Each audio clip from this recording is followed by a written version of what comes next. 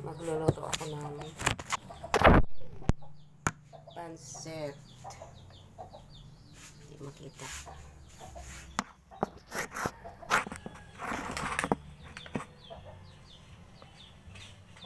Ayan. Ito is sayote. Makita kasi. Ayan. Hihiwa tayo ng kailangan manipis. Pero lahat naman siguro na marunong magluto ng bihon, pancit bihon. This one. Ang golden. Saka ito, magic syrup. Yan, ito is cabbage. Yan yung simpleng yung luto.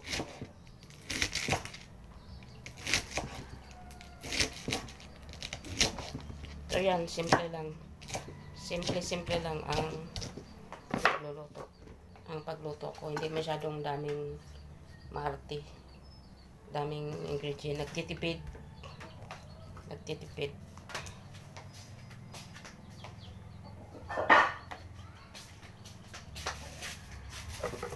Ayaw ko kasi na magluto ko sa kusina. Ayaw ko nang makalat. Kaya ito. Nililigpit ko kaagad yung mga kalat. Agad sa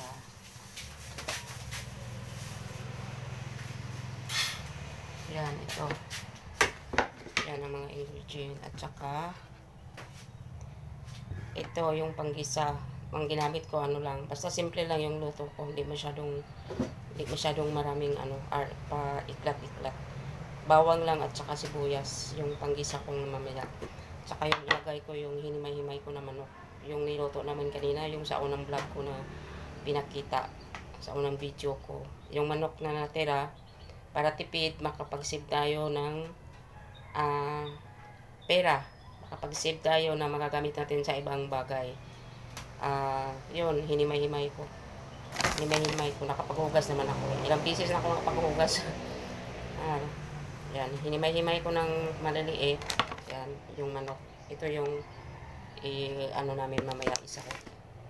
So, salamat, no? Hindi ko kasi kasi hindi makapag-save ng mataas na video kaya kinakat-cut ko.